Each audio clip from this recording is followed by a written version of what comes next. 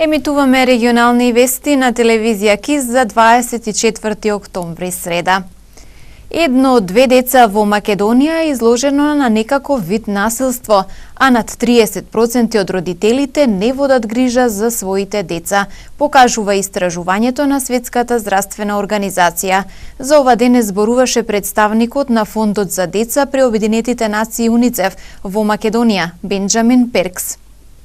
Македонија предничи во регионот со непопуларните мерки за воспитување на децата. Половина од децата во Македонија се воспитувани преку некаков вид насилство, а за третина од нив родителите не водат грижа. Пред нас во регионот поголемо насилство врз децата има само во Албанија. Овие податоци ги покажало истражувањето на Светската здравствена организација. Представникот на Фондот за деца при Обединетите нации УНИЦЕФ во Македонија, Бенџамин Перкс, кој денес одржа предавање на Тетовскиот универзитет на тема влијанието на насилството и негативните искуства од детството на просперитетот, безбедноста и долгорочниот развој, рече дека најдобра превенција од ваквата појава е запознавање на родителите со последиците од воспитувањето на децата преку насилство.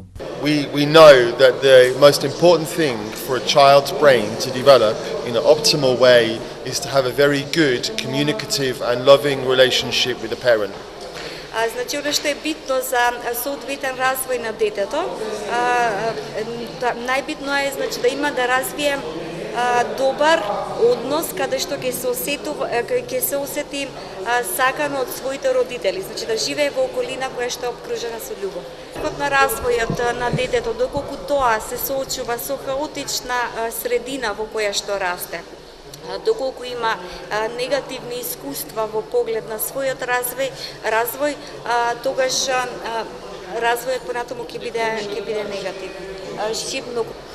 Значи, оно што е најбитно е родителите да бидат запознаени со начинот на одгледување, тоест на растење на децата, на начин што тие ќе бидат развиени во вистински правилни личности.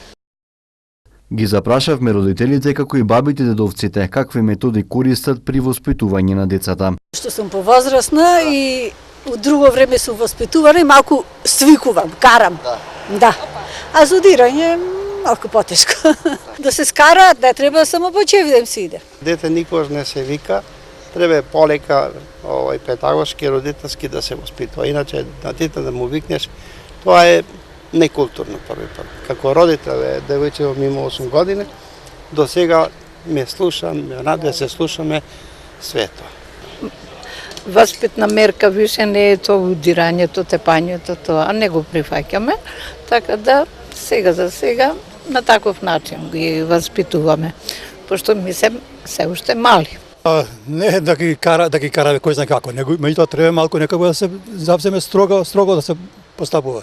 Не само клај така па да стана за некаде, а не со силеџиство, со тепање со тие работи. Не. Ние сме радосни кога ќе дојдат тие, ама годините го прават свое, некогаш ќе узвикамо, некогаш ќе ги помилуемо, некогаш така, некогаш тоа е тоа.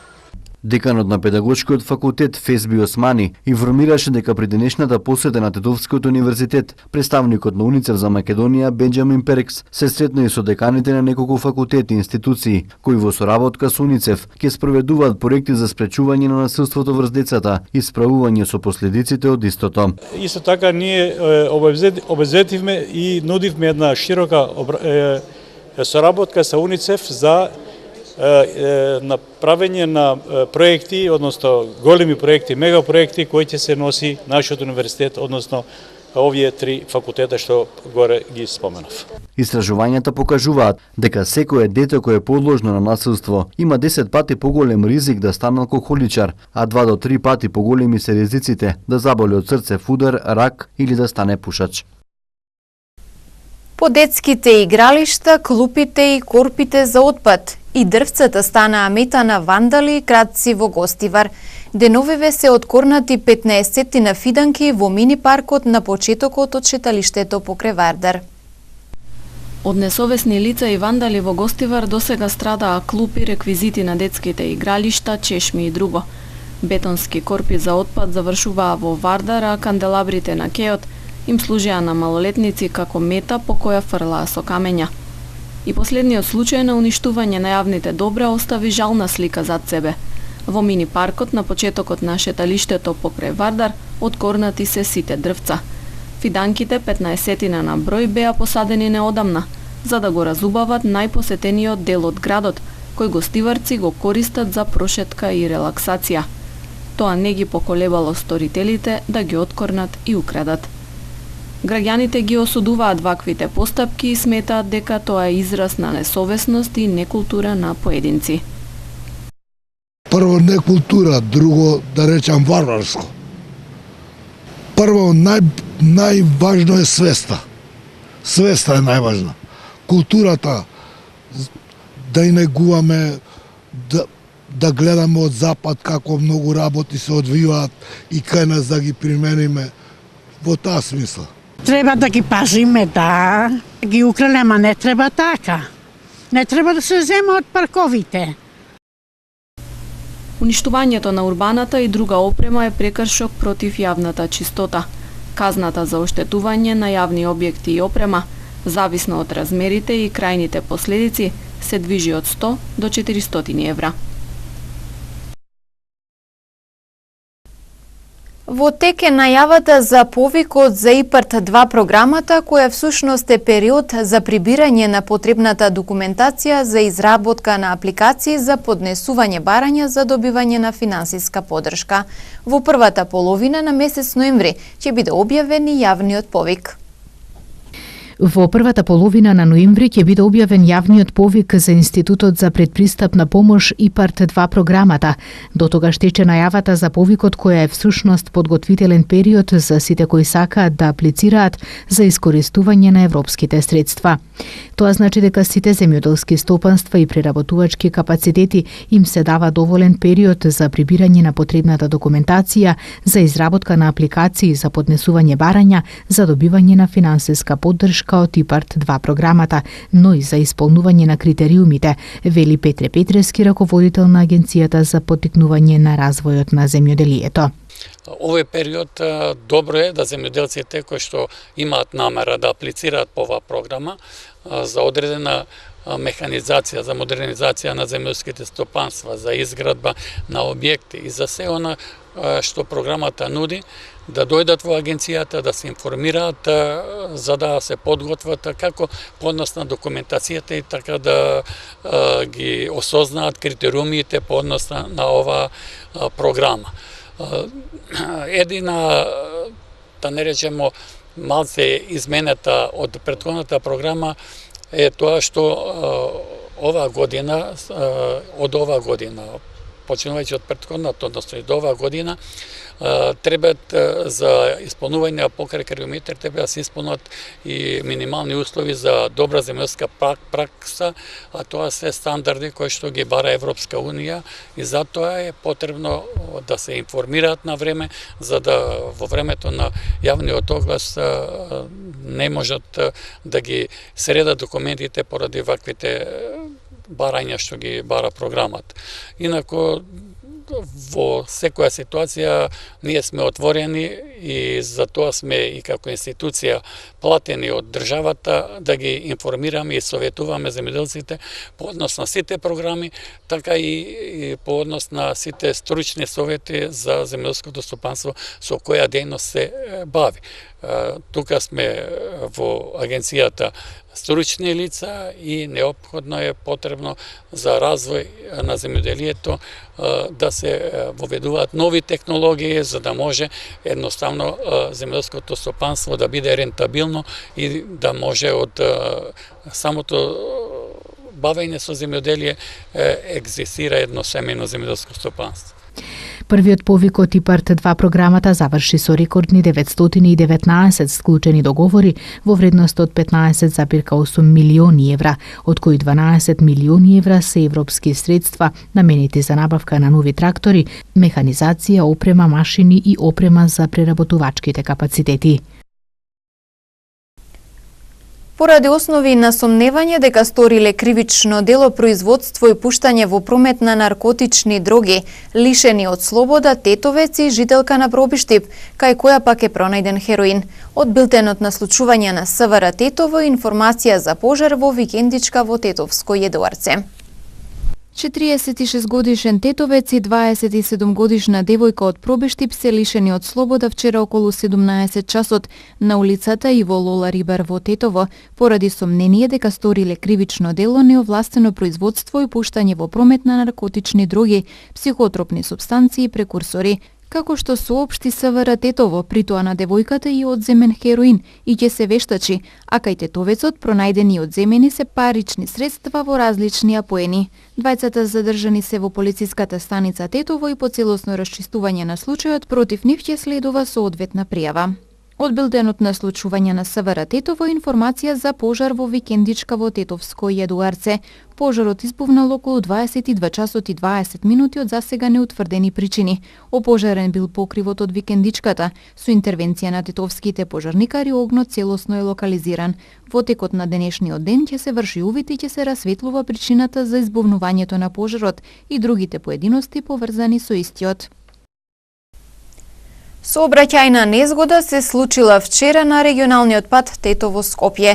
Еден од возачите учесници во незгодата возел без возачка дозвола. Двајца возачи и двајца сопатници се повредени во вчерашната незгода случена на регионалниот пат Тетово-Скопје во близина на Добарскиот надвозник. Како што соопшти СВР Тетово, вчера околу 23 часот и 30 минути се случила сообраќајна несреќа меѓу две патнички возила со тетовски регистарски таблици Голф што го управувал 24 годишен жител на Добарце и Опел Астра што без дозвола го управувал 44 годишен жител, исто така од Добарце. Извршен е комплетен увид и се утврдува причината за несреќата, околностите во кои се случила и се друго.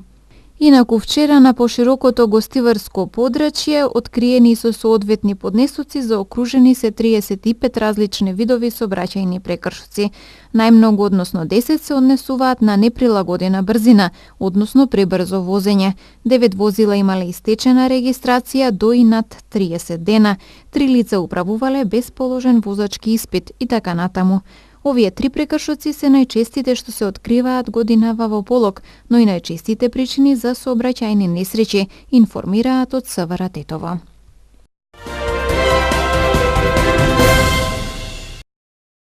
Државниот завод за ревизија во последниот извештај информира дека има недоследности за работата на Државниот универзитет во Тетово, утврдува дека нема доволно наставен кадар, повеќето од факултетите се во објекти кои се дивоградба, а на универзитетот нема лице кое врши јавни набавки. Според наодите на бесправно изграден објект функционира дисперзираниот дел од универзитетот кој се наоѓа во Кичево во локацијата Касарна Чеде Филиповски даме. Иако била почната постапката за легализација, таа не била никогаш завршена.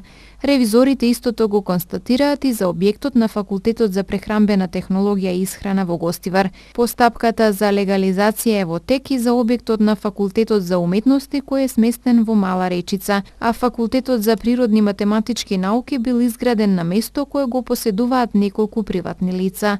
Во собственост на Министерството за образование и наука е објектот во Универзитетскиот комплекс во Тетово, каде се сместени економски и правен факултет, но според ревизорите овој објект нема одобрение за употреба. Во извештајот стои дека медицинскиот факултет е во јавната здравствена установа Општа болница Тетово, но дека и покрај договорот дел од просториите уште не му биле отстапени на факултетот. Ревизијата забележува и што на универзитетот има материјална, но не и сметководствена евиденција на материјалите што се купуваат, а не се прави попис на залихите. На универзитетот нема лице со положен испит за јавни набавки. Утврдените слабости во примената на Законот за јавни набавки не обезбедуваат транспарентност, фер конкуренција и објективност при изборот на понудувачите, што создава ризик од нерационално и неефикасно искористување на средствата, стои во извештајот. Ректор на универзитетот од 2013 година е Вулнета Мети.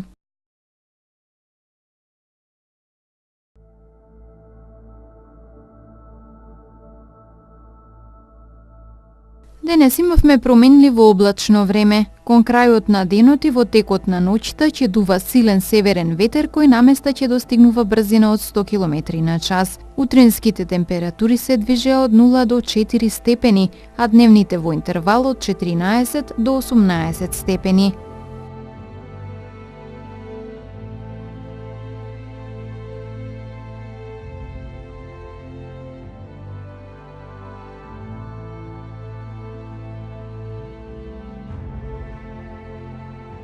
Според прогнозата на метеоролозите, времето утре ќе биде сончево и студено, ќе дува засилен северен ветер. Утринската температура ќе се движи во интервал од 0 до 4 степени, а дневната од 10 до 16 степени.